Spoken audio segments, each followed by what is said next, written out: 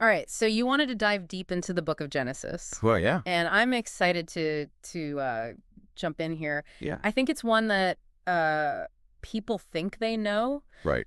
but there's a lot more to it than maybe we realize at first glance. Oh, absolutely. So it's more than just Adam and Eve and Noah's Ark, right? Yeah. This is like foundational. Yeah, it's really the seed for a lot of Western thought and religion. Yeah, and I love that way of thinking about it. Yeah, you can really look at Genesis as kind of the seed that grew into this vast forest of ideas that we see today. Yeah, and we're going beyond the surface level here. Absolutely. So let's start right at the beginning Okay. with creation. Yeah. One of the most famous parts of Genesis. But sometimes when we're familiar with something, we miss the really cool details. You know, it's easy to gloss over those 6 days of creation. But when you stop and think about it, when you really picture it, you know, a formless void, darkness everywhere, and then boom, light. It's powerful imagery. Yeah. But it gets even cooler, right? Right. Because we have this mirroring effect. Yeah.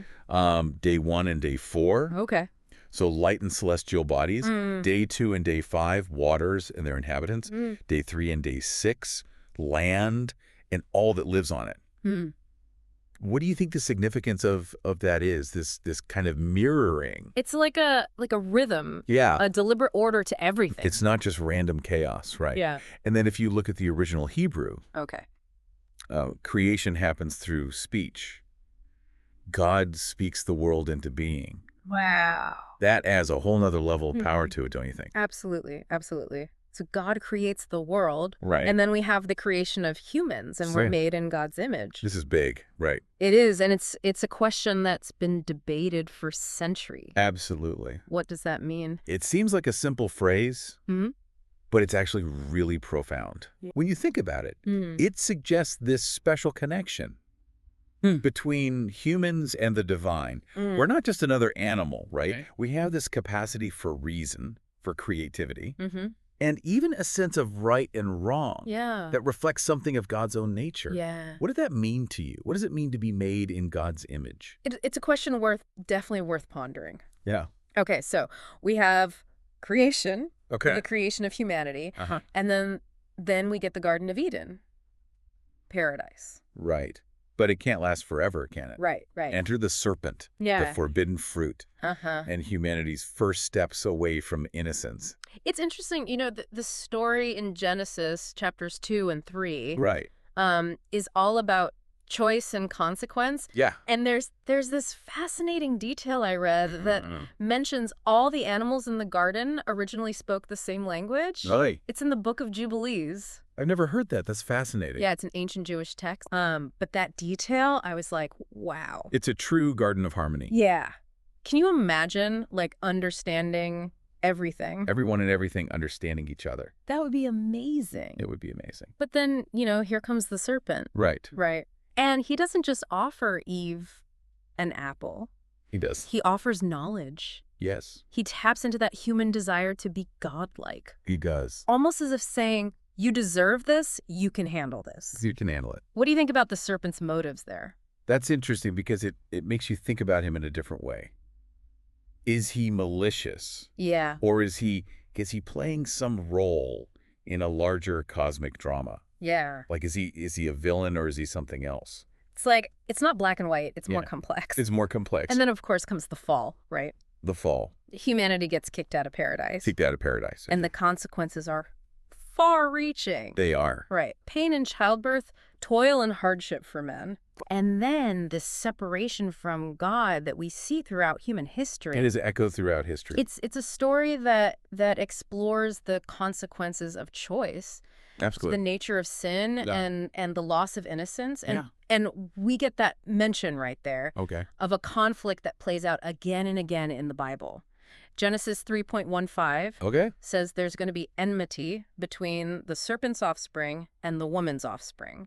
This verse has generated a lot of discussion, hasn't it? Yeah. I mean, over the centuries. Yeah. What does that mean? Yeah, some people see it as foreshadowing, Right. this ongoing struggle between good and evil. Okay. Right? Some even interpret it as a prophecy of Jesus' ultimate victory over Satan. Yeah.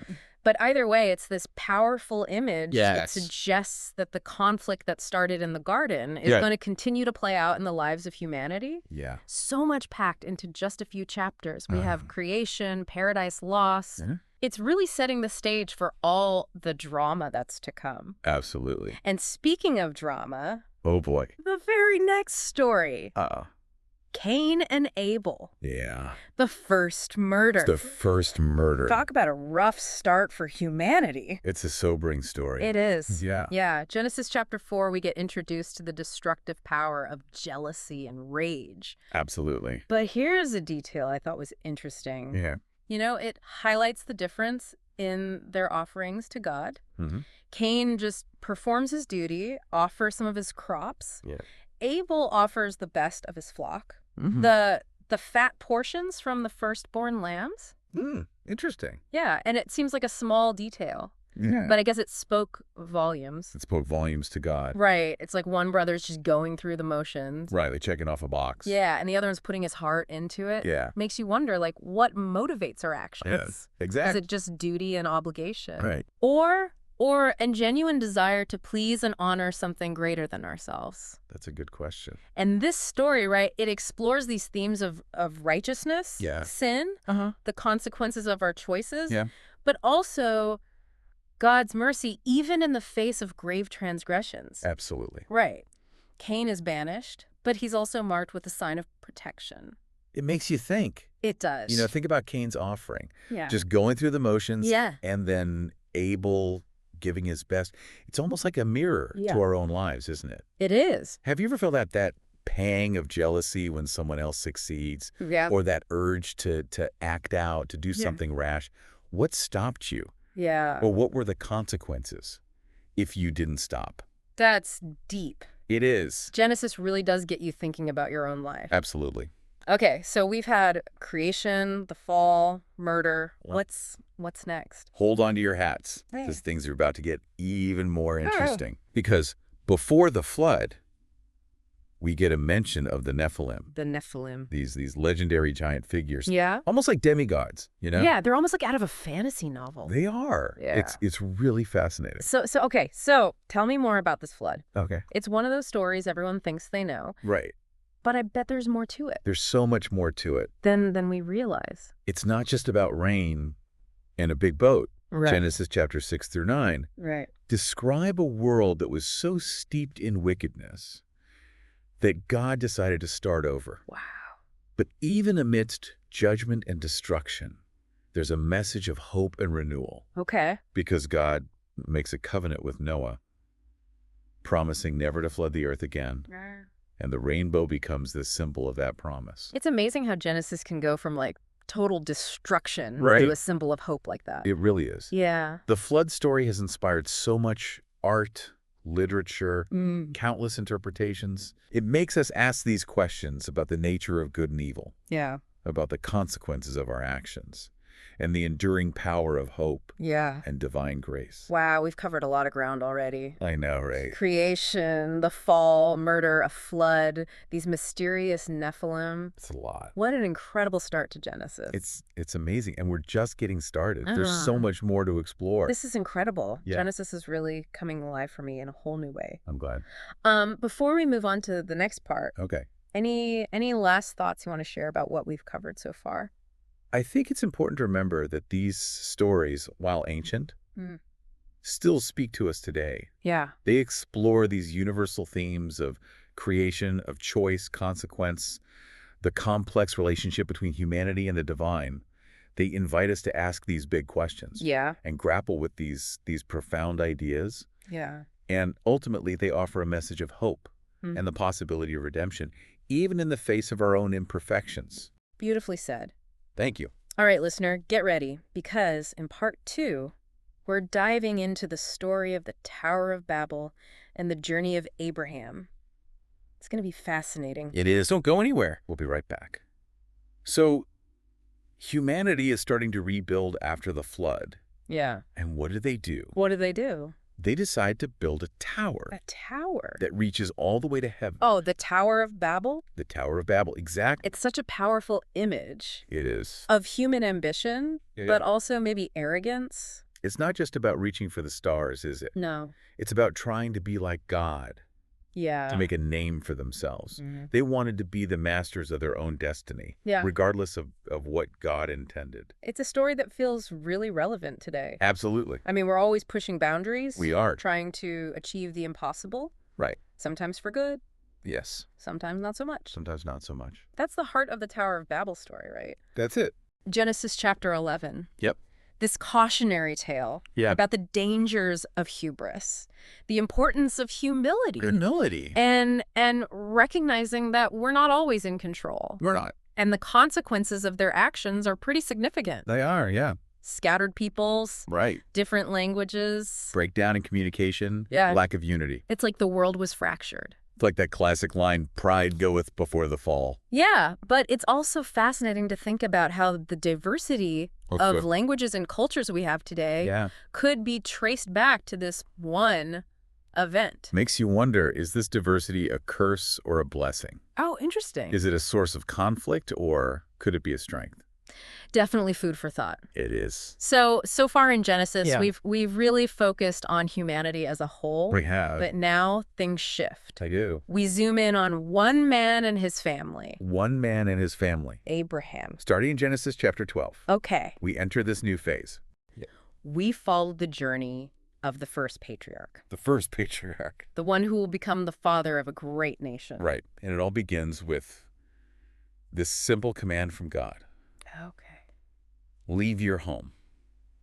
Leave your home. Your family. Everything you know. Everything you know. And journey to a land I will show you. It's radical. It is. It's a radical call to faith and obedience. Absolutely. I mean, Abraham doesn't know exactly where he's going or what the future holds. Right. But he trusts. He trusts in God's promises. He does, and those promises are huge. They're huge. God tells him he'll have countless descendants, a nation greater than he can imagine, and through him, all the nations of the earth will be blessed. Talk about a legacy. I know. It's hard to overstate how important Abraham is. It really is. Not just to Judaism, but to Christianity and Islam as well. Yeah. He's considered the father of faith. The father of faith. For millions, even billions of people. Absolutely. His story is foundational. Yeah. For so much of Western religion and culture. But his journey wasn't easy. It wasn't, no. Right. He faced famine, conflict. He did. Even the near sacrifice of his own son, Isaac. Yeah. Wait, hold on, back up. Okay, Isaac. Didn't you say Abraham was going to have countless descendants? Yes. How did that happen Okay. if he almost sacrificed his only son? This is where the story gets even more dramatic. Okay. Abraham and his wife, Sarah, were very old when Isaac was born. Oh, A yeah. miracle in itself. Yeah. But then God tested Abraham's faith, asking him to sacrifice Isaac. Oh, wow. I can't imagine what must have been going through his mind. Yeah. That level of obedience, of trust, it's mind-blowing. It's incredible. It is. So as Abraham is about to go through with it, Yeah. an angel stops him. An angel stops him. Mm-hmm. God provides a ram to be sacrificed instead. Wow. It's a story that's been interpreted in many ways over the centuries, Yeah. but at its core, it's about the nature of faith, Okay. the limits of obedience, Mm. and the mercy of God. So Isaac lives, Isaac and lived, Abraham's line continues. and Abraham's line continues. What happens next? Well, Isaac has a son named Jacob, and Jacob has 12 sons who become the founders of the 12 tribes of Israel. Wow. And it's through this family line that the story of God's chosen people unfolds. It's incredible how the scope of Genesis can narrow down like that. It does, doesn't it? Yeah, from the creation of the world to a single family. Through a single family. Chosen to carry a specific purpose. It reminds us that history is made up of these individual stories, Yeah. individual choices, individual relationships. Yeah. And in Genesis, those individual stories are woven into this grand narrative of God's plan for humanity. We've covered a lot of ground in Genesis so far. We have. Creation, the fall, the flood, the Tower of Babel, and now the beginning of the story of Abraham and his descendants. It feels like each story builds on the last one, Yeah. revealing more about God, about humanity, and our place in the world. It's not just a collection of random stories, is it? It's not. It's a carefully crafted narrative Yeah. with recurring themes and the sense of purpose that drives it forward. What are some of those key themes that you see emerging? Well, there's a theme of covenant. Okay. This binding agreement between God and humanity. Yeah. We see God establishing covenants with Noah, with Abraham, and later with their descendants. These covenants come with promises and obligations on both sides. So it's not just do this and I'll bless you. It's not, no. It's a two-way street. It's a two-way street. Yeah. It speaks to a much deeper relationship. Yeah. One built on trust, commitment, and mutual responsibility. But of course, human beings aren't perfect.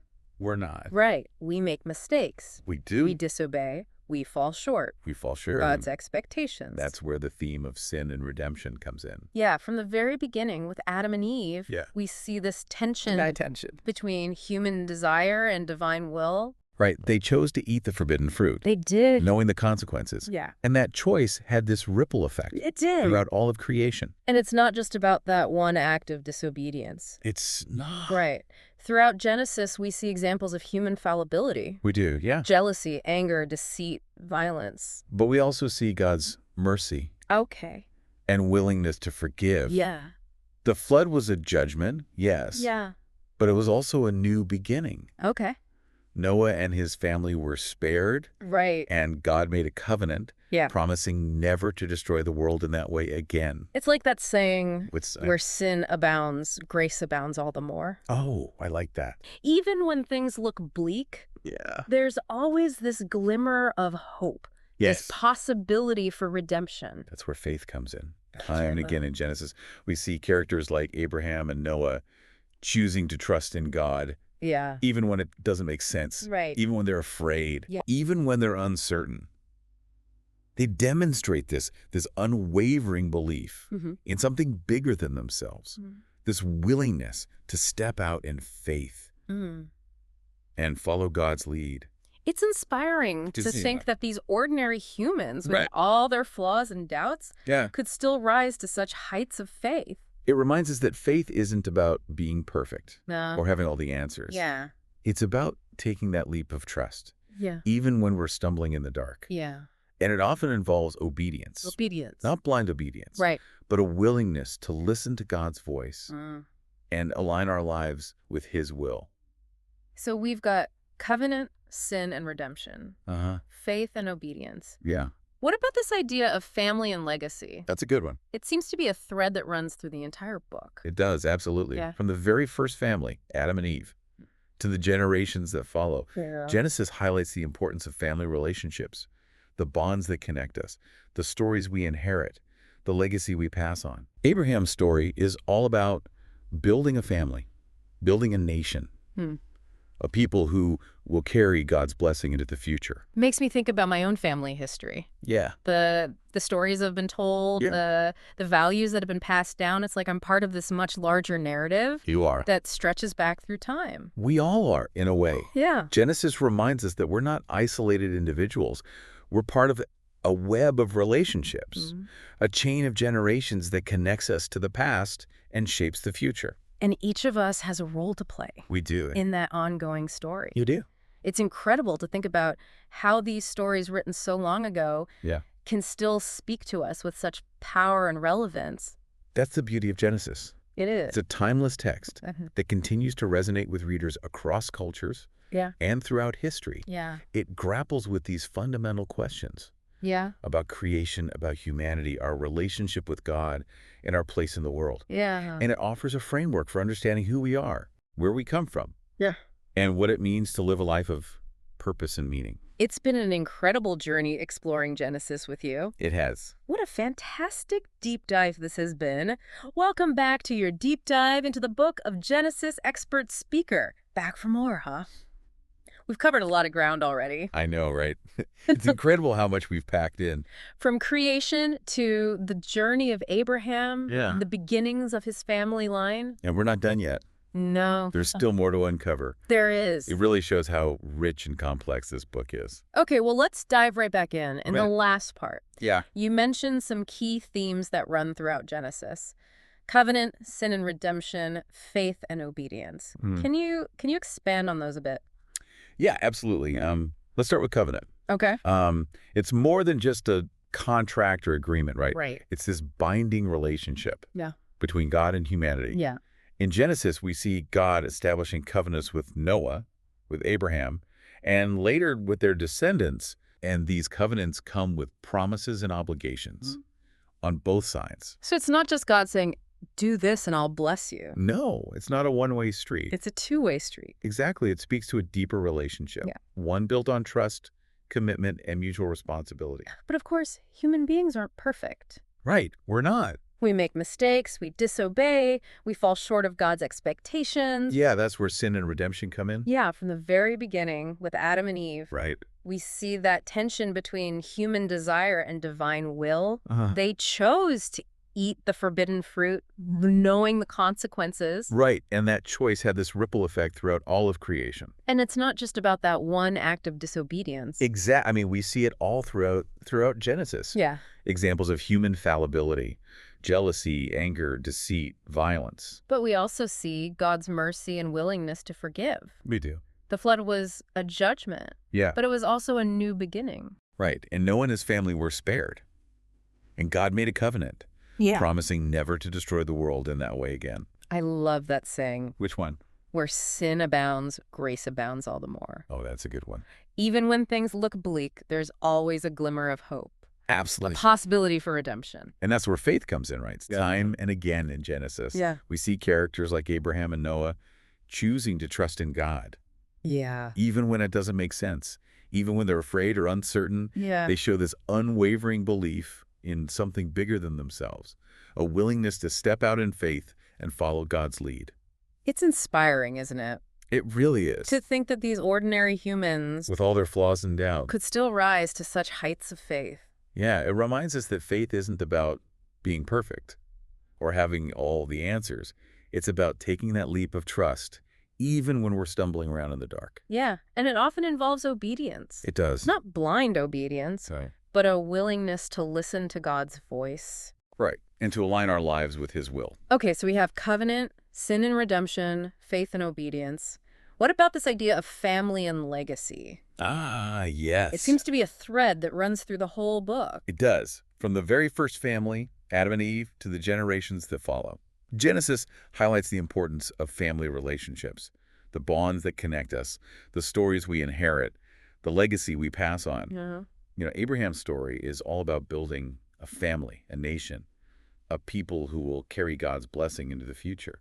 It makes me think about my own family history, the stories I've been told, the values that have been passed down. It's like I'm part of this much larger narrative. And you are. That stretches back through time. We all are, in a way. Yeah. Genesis reminds us that we're not isolated individuals. We're part of this web of relationships, a chain of generations that connects us to the past and shapes the future. And each of us has a role to play in that ongoing story. We do. It's incredible to think about how these stories, written so long ago, Thousands of years ago. can still speak to us with such power and relevance. That's the beauty of Genesis. It is. It's a timeless text. It continues to resonate with readers across cultures and throughout history. Yeah. It grapples with fundamental questions about creation, about humanity, our relationship with God, and our place in the world. It offers a framework for understanding who we are, It does. where we come from. And what it means to live a life of purpose and meaning. It's been an incredible journey exploring Genesis with you. It has been a pleasure. What a deep dive this has been. I always learn something new every time I revisit it. Me too, me too. And listener, I hope you feel the same way. Before we go, I want to leave you with one final thought. We've talked about creation, about humanity's potential for both good and evil, about the consequences of our choices, and the possibility of redemption. So I want to ask you, what story will you choose to write with your life? What legacy will you leave behind? It's something to ponder as you continue your own exploration of Genesis and the timeless truths it holds. Thanks for joining us on this deep dive. And remember, if there are other texts or topics you'd like us to explore, just send them our way. Until next time.